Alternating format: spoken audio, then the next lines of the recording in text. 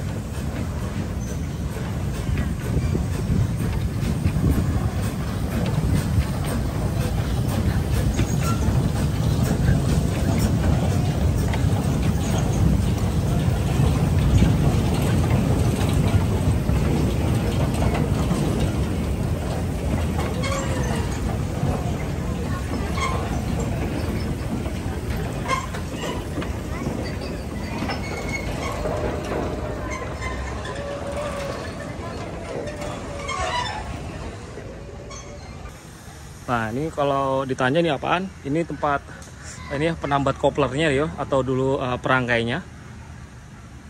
Yang ini udah pasti ini untuk tambatan dua ini ya. Dua kopler di sini yang pastinya di atas itu kopler ganco karena di sini dikasih rantai pengaman. Ya, kalau satunya saya nggak yakin bahwa itu pernah dipakai karena OJS itu pernah punya dua kopler, satunya kopler ganco dan satunya kopler belmont atau kopler lonceng ya. Bentuknya serupa dengan mulut lonceng yang ting ting ting seperti itu ya. Nah, itu bentuknya hampir sama dengan itu. Tapi kalau melihat dari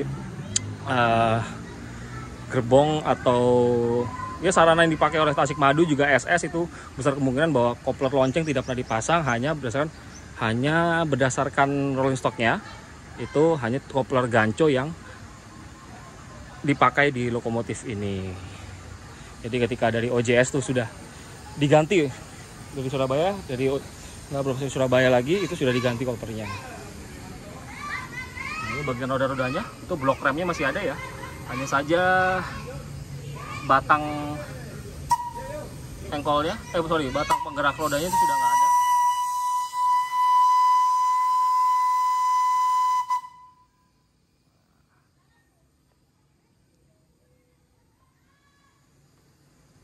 Nah, ini tender tambahan ya, aslinya tender ini nggak ada.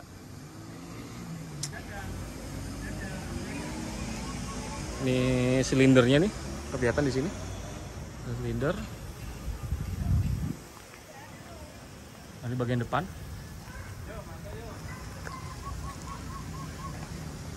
Ini aslinya ada ininya nih, cover panelnya di depan sini, tapi ini udah ketutup. Ini bobotnya 9 ton.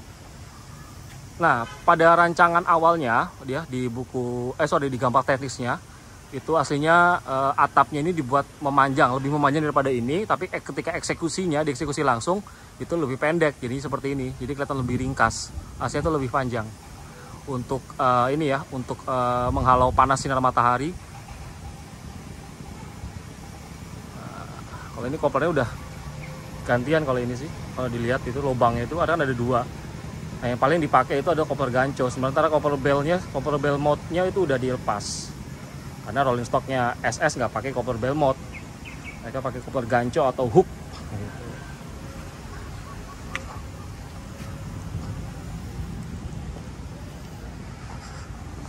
Kita lihat sisi sebelah kiri ya. Nah, sisi kiri sebaliknya sama, blok rem masih ada tuh. Terus tapi batang penggerak rodanya sudah nggak ada. Nah, ini inside di dalam frame-nya ya. Nah, ini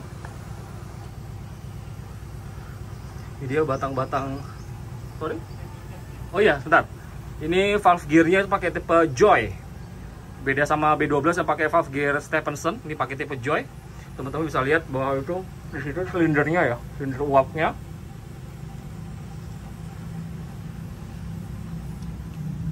Sudah nggak lengkap lagi, memang keadaannya. Nah, ini pintu apinya di sini ya. Nah, ini fireboxnya.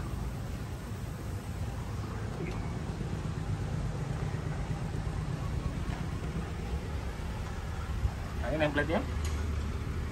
Baker and Webb tahun 1889.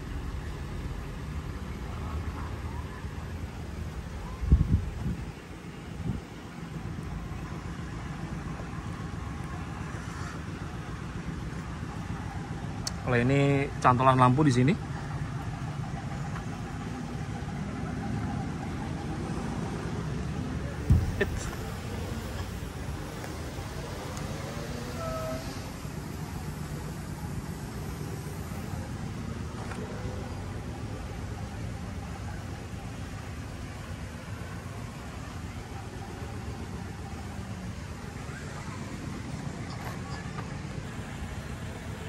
Ini masih beberapa juga ada ya di atasnya ketel. Ini masih ada steam dome-nya. Lalu geser ke sini. Ini masih ada pipa apa nih? Pipa dari steam dome sini lari ke silinder ini ya. Yang nyalurin uap dari steam dome sini. Uapnya dikumpulin dulu di sini. Ketika airnya dimasak di sini, sudah mendidih, uapnya terkumpul di sini, lalu dia lari ke silinder lewat pipa yang sini. Nah, ini kan tender tambahan yang kanan. Nah, itu tender aslinya tuh ada di sini nih. Tendernya tuh ada di bawah. Cuman untuk ngalirin airnya itu dimasukin ke lewat tangki yang itu, kanan dan juga ada di kiri. Nah, ini tuh. Nah. Desain serupa juga ada di B16. Jadi buatan Hohenzollern itu juga ada. Itu di dalam sini nih. Ini udah tangki tambahan ya, karena tangkinya kan kecil yang asli.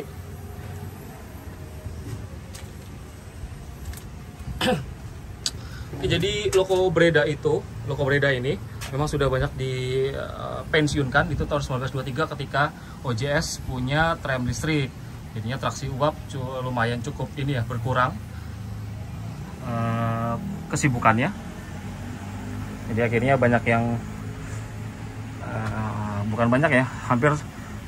hampir semuanya ada 12 unit yang pernah dimiliki OJS dari Breda ini itu dipensiunkan total di tahun 1923. Tapi mereka tetap dicatat kepemilikannya di laporan tahunan OJS sampai tahun 1929. Sementara yang dua antara nomor 2 dan nomor 11, yaitu yang ini nomor 2 itu Sidon, lalu si nomor 11 itu Simbah, yaitu dibeli oleh pabrik gula Tasikmadu.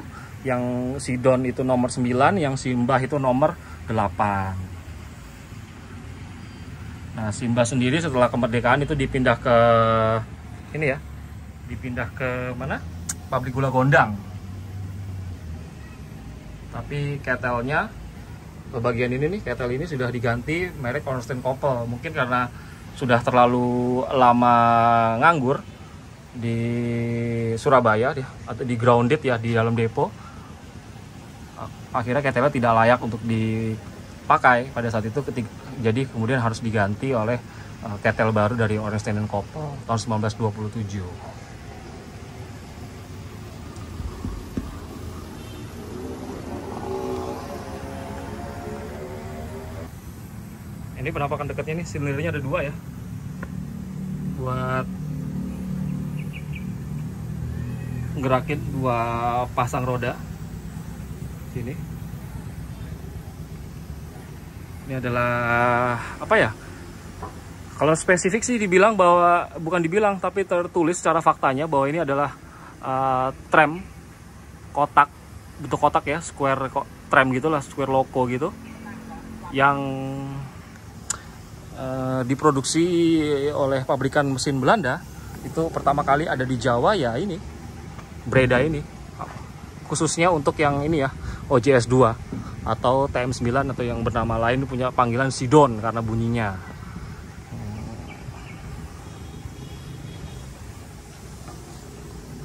Kalau di apa ya, di tahun 1999 itu ini masih mangkrak di dalam gudang gitu. Cuman saya belum belum terkopi nih infonya dipajang jadi monumen itu tahun berapa. Tapi beruntunglah ini ya, salah satu loko tua ini tahun 1889, buatan Belanda pertama yang masuk ke Jawa, itu masih bertahan di sini.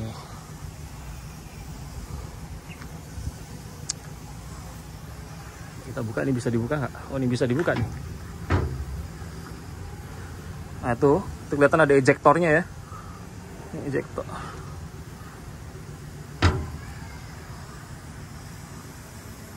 Semoga yang melihat ini, terutama Pemkot Surabaya, itu bisa kepikiran lah ya. Iya, kepikiran untuk memboyong dari Tasikmadu ini ke kota Surabaya, karena ini pernah jadi bagian sejarahnya kota Surabaya, peradaban. Betul. Oke, thank you Mas Agung. Kita lihat-lihat lagi. Oke,